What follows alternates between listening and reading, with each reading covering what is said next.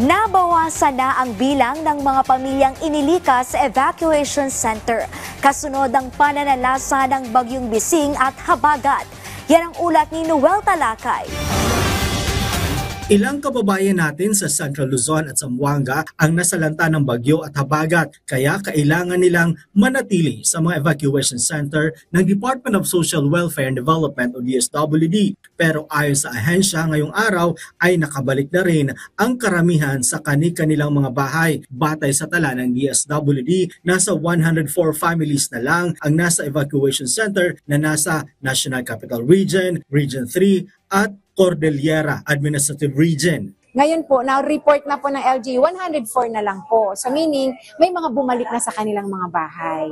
Tiniyak din ng DSWD na mayroon makakain ang mga pamilyang bumalik na sa kanilang mga tahanan sa pamamagitan ng pabaon assistance ng ahensya. Ito ang mga family food packs na iuuwi sa mga bahay ng mga nasalanta ng Bagyong Bising at Habagat. Sa kabila nito, nananatili naman sa blue alert ang northern bahagi ng Luzon at Calabarzon dahil din sa sama ng panahon. Yung norte, naka-blue alert pa rin sila. So we declared na blue alert pa rin po tayo. Ibig sabihin, naka-alerto pa rin ang ating mga quick response teams, ang ating mga field offices. Sa anytime, madagdagan ng ating mga affected families and mga IDPs, ready po ang ating mga evacuation centers.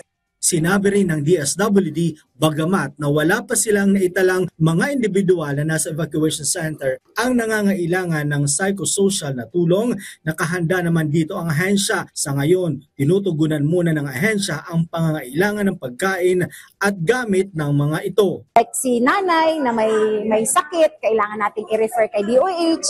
Tapos yung ating mga social workers na nangangailangan ng, sa mga pamilyang nangangailangan ng pakikinig or counseling, pupunta ang ating social workers to conduct psychosocial first aid. Aabot na ng mahigit 8.5 million pesos ang kabuang halagang naipamahagi na tulong ng DSWD sa mga apektado ng Bagyong Bising at Habagat sa NCR, Region 1, 2, 3, Calabarzon at CAR.